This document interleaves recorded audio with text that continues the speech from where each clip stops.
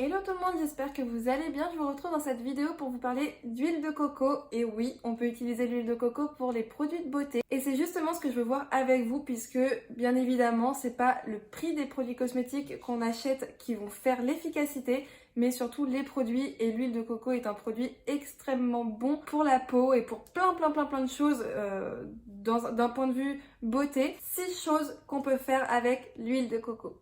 À savoir déjà que l'huile de coco est pour les pays asiatiques l'huile qui est utilisée depuis des siècles et des siècles pour justement la beauté. Et donc c'est pas quelque chose de nouveau, c'est juste quelque chose que beaucoup ignorent. Et justement, on va arrêter d'ignorer et on va voir ça ensemble. Je voulais d'abord vous parler d'un point primordial, c'est le choix de l'huile de coco. Vous en trouvez maintenant partout, à des prix totalement différents. Mais surtout faites bien attention à l'huile de coco que vous utilisez, sinon les bienfaits sont pas les mêmes. L'huile de coco que vous devez choisir, c'est une huile de coco qui est pressée à froid, qui est non déshydratée, non raffinée, non blanchie. Et quand je vois que dans certains supermarchés, on vend les petits pots à 10 € ou même plus parce que c'est bio, ça fait vraiment mal. En simplifiant, bien évidemment, je ne suis pas du tout du domaine, mais dès lors où vous avez un produit qui est bio dans le produit en lui-même, vous allez avoir le label bio alors qu'il peut y avoir plein d'autres produits à l'intérieur qui sont nocifs. Donc faites bien attention, regardez les composants. Je vous ai également parlé d'une application qui est géniale pour savoir si les produits que vous achetez sont nocifs ou pas. Si ça vous intéresse, je la remettrai en barre d'infos. C'est vraiment pratique, c'est comme pour les applications de nourriture, je ne sais pas si vous connaissez un petit peu. Vous avez juste à scanner le produit et on vous dit directement tout ce qu'il y a à l'intérieur de bon et de pas bon. Et si le produit que vous scannez est vraiment mauvais pour la santé, on vous en propose un qui est mieux, mais avec plus ou moins les mêmes attentes du produit. Et donc pour en revenir à l'huile de coco, je trouve qu'il y a pas mal de marques qui font vraiment grimper les prix tout simplement parce que voilà, c'est de l'huile de coco, c'est dit bio et des fois il y a même d'autres produits à l'intérieur. La marque que j'adore, c'est celle-ci. Donc c'est la marque Prozee. Vous avez le site sur internet mais je vous le mettrai également en barre d'infos. C'est une huile de coco qui est vegan, qui est extra vierge, non sucrée, non salée. C'est la première pression à froid, elle est vraiment bio, il n'y a que de l'huile de coco à l'intérieur et rien d'autre. Elle n'est pas blanchie, elle n'est pas raffinée, elle est non désodorisée, donc c'est vraiment l'huile de coco pure et naturelle qui convient aux véganes, à ceux qui mangent kasher et à ceux qui mangent halal, donc c'est vraiment un produit pour tout le monde. La contenance est énorme. Moi j'ai acheté 2 pots directement pour en avoir beaucoup, mais autant vous dire que là je suis pas prête de l'avoir fini. Comme vous pouvez le voir, la consistance est dure pour l'instant parce qu'elle a été posée dans un endroit qui était frais. Et l'huile de coco, quand elle est fraîche, elle durcit. Mais hop, vous voyez qu'elle commence déjà un peu à fondre juste ici. Et quand vous l'utilisez, qu'elle est dure, pas de panique, vous la mettez dans la main, ça fond tout de suite. Et si vous avez besoin d'une grande quantité, vous passez le pot ou le tube, enfin ce que vous avez, sous de l'eau chaude et ça fond immédiatement. C'est vraiment une huile que je recommande vraiment. Moi, c'est vraiment celle que j'utilise pour tout ce que je vais vous citer. Contrairement à certaines marques que je ne veux pas descendre, bien entendu, pour les personnes qui ont une petite routine ou qui sont assez flemmards dans la salle de bain, vraiment faites attention à l'huile de coco que vous utilisez. Faites en sorte qu'elle soit pas parfumée et qu'il y ait vraiment que de l'huile de coco pour vraiment avoir juste les bons bienfaits.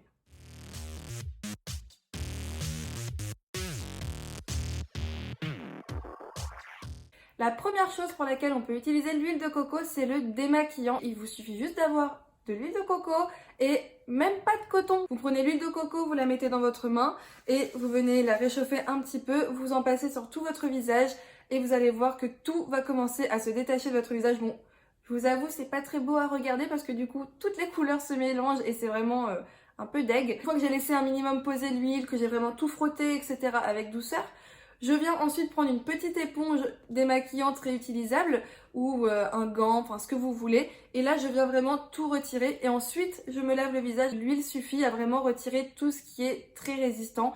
Je l'utilise moi personnellement tout le temps parce que j'ai beau utiliser toutes les huiles démaquillantes, les laits démaquillants, etc. Au final, j'ai le dessous des yeux qui brûle et je me mets à acheter des produits démaquillants qui coûtent très cher. Et ça part très vite, donc forcément, point de vue porte-monnaie, ça fait pas toujours plaisir. Et pourquoi acheter quelque chose de très cher quand on a des produits qui sont peu chers et très efficaces et qui en plus apportent que du bien à notre peau. Donc voilà, comme je vous disais, vous n'avez pas besoin de coton. Moi j'en utilise deux, mais vraiment c'est tout, mais seulement pour les yeux. Donc je mets l'huile de coco sur le coton et je viens le poser sur les yeux. J'attends un petit peu le temps que vraiment tout se décolle et je viens frotter légèrement. Jamais vers le haut ou jamais sur les côtés, vraiment toujours vers le bas. Mais c'est tout. Le seul petit truc que j'aurais à dire par rapport à l'huile de coco quand vous vous démaquillez, ça peut vous laisser une sorte de petit film sur les cils, mais ce n'est pas grave. Bien au contraire, ça va venir hydrater vos cils, etc. Mais ça peut déranger durant peut-être une petite minute ou deux. Enfin voilà, ça dépend vraiment des gens. Mais ça fait une sorte de vue un peu plus trouble. C'est vraiment 3 fois rien, ne vous inquiétez pas, enfin, vous pouvez tester, il n'y a rien de dangereux dans tous les cas. Mais si vraiment vous vous démaquillez juste avant de lire ou quelque chose comme ça, essayez de vous démaquiller un peu avant quand même, parce que même quand on lave le visage, du coup, le petit film d'huile reste un petit peu. Moi, en général, je me démaquille soit avant de regarder la télé, comme ça me dérange pas, ou tout simplement juste avant d'aller dormir. Et le petit film, du coup, qui reste sur les cils, vous permet une très bonne hydratation des cils, ce qui va en fait permettre une pousse des cils, une fortification des cils et donc des cils qui tombent beaucoup moins. Je sais qu'il y a certaines personnes qui se démaquillent pas avec l'huile de coco mais qui prennent quand même cette huile là avec un petit coton-tige et qui le passent délicatement sur les cils. C'est bien aussi avec l'huile de ricin mais bon, c'est pas ce dont je parle aujourd'hui. Du coup, voilà, c'est vraiment très très bien pour les cils. Du coup, si je peux résumer le démaquillant huile de coco, tout simplement, c'est bon pour tout ce qui est sur votre visage. Vous n'avez pas besoin de coton ou quasiment pas besoin et ça hydrate vos cils, donc quoi demander de mieux?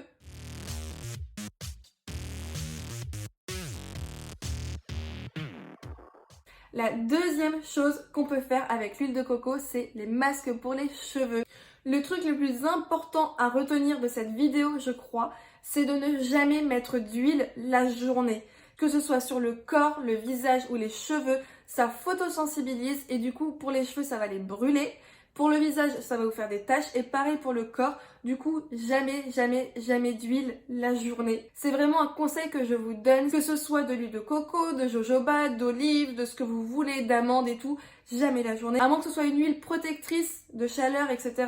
pour les cheveux, qui est totalement différente. Mais sinon, vraiment, vraiment, vraiment, écoutez-moi sur ce point-là, ne mettez jamais d'huile la journée. Du coup, le soir, quand je fais mon masque, en général, je le laisse poser 1 à 2 heures quand le lendemain j'ai vraiment une flemme, je sais que j'aurai pas le temps de les laver, etc. Sinon, quand je sais que le lendemain j'ai le temps, je laisse le masque poser toute la nuit. Ce que je fais, c'est soit je les laisse comme ça, je mets une sorte de t-shirt ou une serviette sur mon oreiller pour vraiment pas salir mon oreiller, etc. Sinon, j'enroule mes cheveux dans une serviette un petit peu chaude, humide, et je viens passer un coup de sèche-cheveux par-dessus. Comme ça, les propriétés de l'huile de coco vont vraiment pouvoir pénétrer le cheveu et entrer dans la fibre du cheveu pour vraiment avoir le maximum de bienfaits. Ça va vraiment venir hydrater vos cheveux, les rendre beaucoup plus souples, beaucoup plus brillants. Ça va leur permettre de pousser également parce qu'ils seront en meilleure santé. Ça va leur donner de la force, du volume. Enfin, du volume. Pour les personnes qui ont déjà les cheveux volumineux, ça va pas les faire gonfler ou quoi que ce soit, mais pour les personnes qui ont les cheveux fins, ça peut permettre d'avoir du volume, etc. Enfin, vraiment que des bienfaits positifs sur vos cheveux. Je vous conseille vraiment d'éviter le cuir chevelu et vraiment d'en mettre seulement sur les longueurs. Du coup, moi, ce que je fais en général, c'est que j'attache mes cheveux en queue de cheval et je mets l'huile de coco seulement sur la longueur de la queue. Comme ça, je suis certaine que ça ne va pas dans le cuir chevelu et les racines. Et ça ne m'a jamais graissé les cheveux, ça ne m'a jamais surgraissé les cheveux, ça m'a jamais rendu les cheveux plus gras qu'ils ne l'étaient ou plus rapidement. Enfin vraiment, ça n'a jamais changé la texture de mon cheveu. Vous pouvez mettre l'huile de coco sur les cheveux secs, les cheveux abîmés, les cheveux bouclés, les cheveux crépus, les cheveux cassants, les cheveux endommagés. Ça va vraiment restructurer le cheveu et la fibre du cheveu. L'huile de coco a des propriétés antimicrobiennes, du coup c'est super efficace pour les personnes qui ont le cuir chevelu qui démange et également qui ont des pellicules. Du coup voilà, si vous avez des démangeaisons, des pellicules, etc. N'hésitez pas à mettre de l'huile de coco toute une nuit, ça va vraiment hydrater et surtout ça va rendre le... Cette fois-ci, quand vous avez ce style de problème là, mettez-en sur le cuir chevelu, ça va vraiment assouplir votre cuir chevelu et ça va atténuer les démangeaisons. À savoir par exemple pour les problèmes comme le psoriasis, c'est un champignon qui se prolifère dans les cheveux, etc. Pour les hommes, ça part aussi souvent de la barbe, des sourcils. Et l'huile de coco lutte contre la prolifération des champignons. Donc n'hésitez pas pour tout ce type de problème-là à mettre de l'huile de coco, même que ce soit dans la barbe et tout. N'hésitez pas.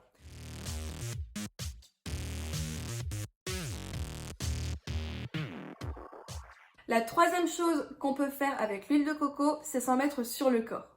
L'huile de coco contient de l'acide urique qui sont des acides gras qui a une forte affinité sur tout le corps. Ça contient de la vitamine A, de la vitamine E, c'est un puissant antioxydant, ça améliore le renouvellement cellulaire, donc pour les personnes qui commencent à avoir des petites rides, ridules, etc., ça va vraiment vous permettre de retendre la peau et d'accentuer le renouvellement cellulaire pour les personnes qui fument, etc.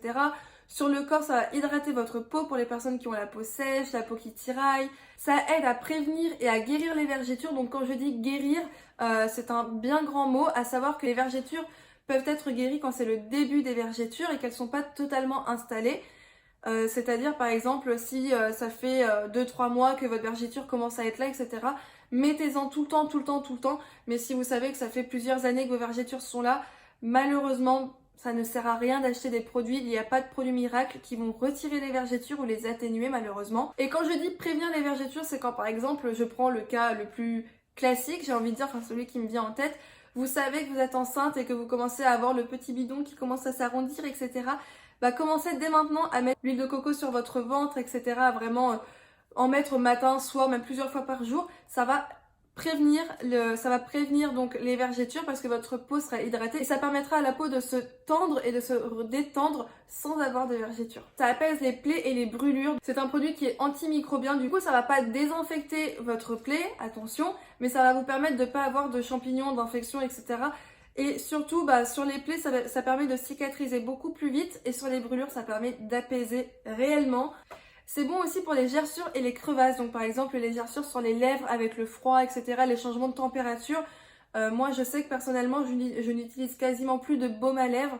J'utilise l'huile de coco tout simplement. J'en mets pas beaucoup, sinon vous allez avoir les lèvres qui sont hyper grasses et je le mets chez moi et pas quand je sors, sinon on dirait que vous allez manger un truc plein d'huile. Mais franchement, ça fait vraiment effet.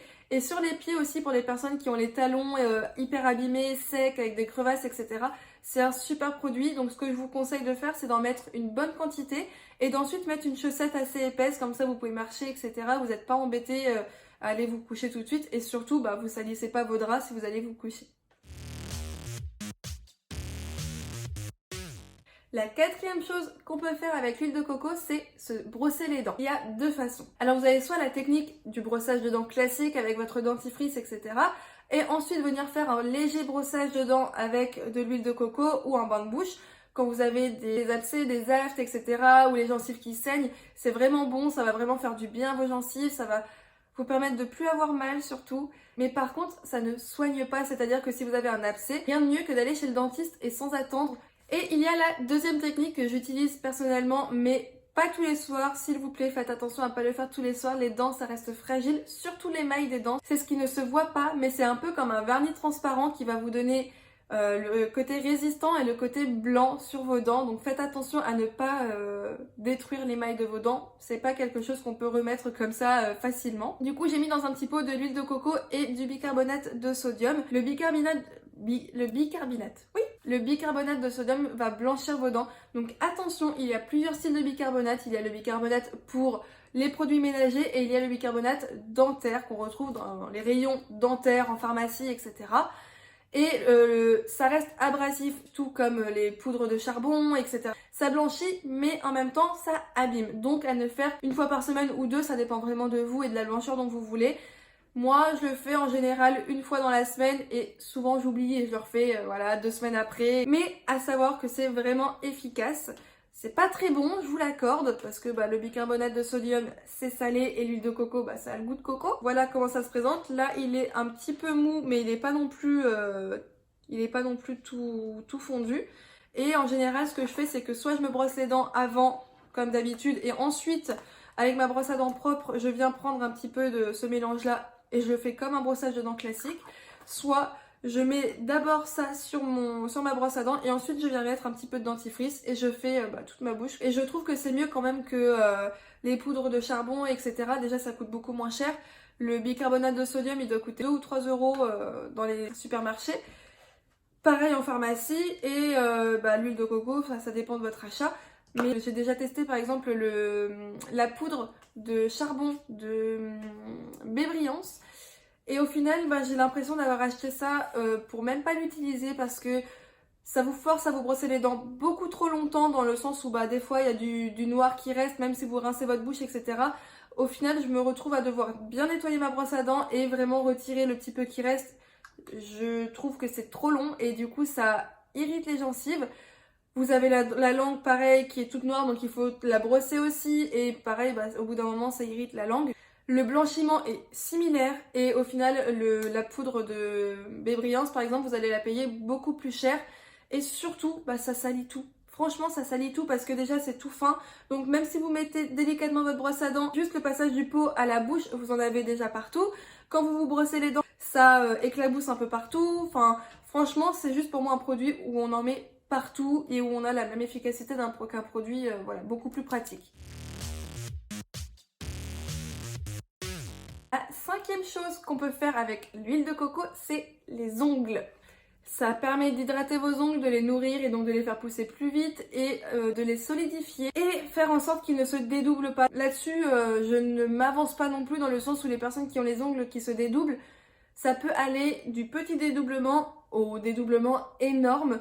Je sais que l'huile de coco va vous permettre d'atténuer les dédoublements et voire de les éliminer pour les dédoublements des ongles assez légers, mais pour les personnes dont les ongles se cassent comme ça hyper facilement et tout, des fois faites attention, ça peut être aussi signe de mauvaise santé, petite parenthèse, mais ça fait vraiment effet sur les ongles. Pareil, vous en mettez dans un petit pot, n'importe quel pot que vous avez chez vous. Moi je sais que je les ai mis dans des pots séparés pour vraiment côté hygiène en fait. Donc là j'en ai un pour le visage, le démaquillant, là c'est pour la bouche, là c'est pour le corps. Et j'ai d'autres pots pour les ongles, pour les cheveux, je fais pas de pot dans le sens où directement je prends du gros pot, j'en mets dans un bol. Mais surtout faites attention à pas utiliser le même pot et de mettre vos mains à l'intérieur, etc. Pour les ongles, un petit pot comme celui-ci. Et moi ce que je fais c'est que j'en prends un tout petit peu avec un coton-tige et je viens directement l'appliquer sur mes cuticules. Donc la partie qui est juste ici à la base de votre ongle, qui en général est la partie la plus asséchée de votre ongle. C'est la partie qui a le plus besoin d'être nourrie et c'est également la partie où vous avez les épines de chair. Donc moi là j'en ai une toute petite ici qui me fait extrêmement mal et en général voilà j'en mets sur les cuticules avant d'aller me coucher. Il faut pas que vous vous laviez les mains après sinon ça ne sert à rien. Et quand j'ai du vernis ou des trucs comme ça, je ne mets pas d'huile sur mes ongles, ça sert à rien puisque l'huile de coco ne peut pas pénétrer le vernis, mais quand j'ai rien sur mes ongles, j'en mets vraiment sur tous les ongles, etc. C'est vraiment ce qui va vous permettre d'avoir des ongles beaucoup plus beaux et en meilleure santé. Vous pouvez le faire sur les ongles des pieds aussi. Pour les personnes qui font des déposes de vernis semi-permanent ou de faux ongles, etc., franchement, l'huile de coco va vous faire un plus grand bien sur vos ongles, sachant que il y a toujours le passage de la lime qui abîme le dessus de l'ongle, et là, ça va vraiment vous nourrir l'ongle en profondeur. C'est également bon pour les personnes qui ont les mains souvent dans des produits qui sont nocifs pour les ongles, les détergents, les teintures, etc. Et pour les personnes tout simplement qui ont envie d'avoir des ongles en meilleure santé. Donc pour tout le monde, j'ai envie de dire. Enfin, la sixième chose qu'on peut faire avec l'huile de coco, ça va vous paraître un peu barbant, mais c'est l'alimentation, à savoir que l'alimentation est un point extrêmement important pour la beauté. Une belle peau, les beaux cheveux, etc. Tout vient de l'alimentation, de ce qu'on boit, etc. Donc l'eau, forcément, c'est l'un des meilleurs produits cosmétiques, mais l'huile de coco en est un aussi. Ça va jouer sur votre qualité de peau tout simplement, hein, l'élasticité de votre peau, l'éclat de votre peau, etc., vos cheveux. Enfin vraiment, tout se passe de l'intérieur. Et pour l'alimentation, du coup, je le laisse dans ce pot-là. C'est le pot que j'ai dans ma cuisine. À savoir, l'huile de coco, elle est riche en acides gras. Il y a plusieurs débats dans la nutrition. C'est souvent l'huile machin, l'huile non, l'huile de coco, l'huile d'olive, à chaud, à froid, etc., etc. Donc il y a beaucoup de débats. Et pareil pour ce que je vais vous dire par rapport aux acides gras saturés dont on est rempli l'huile de coco. Il y en a plein qui disent que c'est mauvais pour la santé, etc., qu'il n'en faut pas. Au contraire, les acides gras saturés, c'est du bon gras, c'est-à-dire le bon cholestérol. Bien évidemment, à ne pas en abuser. Du coup, moi, comment j'utilise? Tout simplement pour la cuisson de mes produits. C'est-à-dire que je n'utilise pas d'huile classique, ni d'huile d'olive. C'est une huile qui résiste aux très fortes températures. Du coup, elle va pas perdre ses propriétés en faisant cuire les aliments. Je l'utilise pour faire les viandes, les légumes, etc. Enfin, tout ce qui a besoin d'huile à la poêle, etc. Et ça ne vient pas rajouter du gras à mes aliments. Tout ce que vous avez besoin de faire dans votre cuisine, vous pouvez le faire avec l'huile de coco plutôt qu'une autre matière grasse. Et d'un point de vue santé, ça va vous protéger des maladies cardiovasculaires. C'est bon pour les régimes kétogènes, donc je ne m'attarde pas là-dessus. Je vous laisserai vous renseigner par vous-même si jamais c'est un régime qui vous intéresse, bien que je suis pas forcément pour les régimes. En gros, c'est les rééquilibrages alimentaires, etc. Voilà les 6 points que je voulais voir avec vous par rapport à l'huile de coco. Surtout, retenez bien que l'huile de coco, elle est bonne pour tout, que ce soit de la tête aux pieds, du bout du cheveu au bout de l'ongle des pieds. Vous pouvez en mettre partout, sur tout votre corps. Je vous laisse la tester. Et surtout, me dire en commentaire vos avis, si vous connaissez déjà l'huile de coco, si vous l'utilisez déjà, etc. Et si vous avez commencé à l'utiliser, est-ce que vous en pensez, s'il y a des effets sur vous, etc. Et bien sûr, si ma vidéo vous a plu, surtout n'hésitez pas à vous abonner et à cliquer sur la petite cloche, histoire de recevoir les notifications de mes prochaines vidéos. Je vous fais de gros bisous et je vous dis à très bientôt.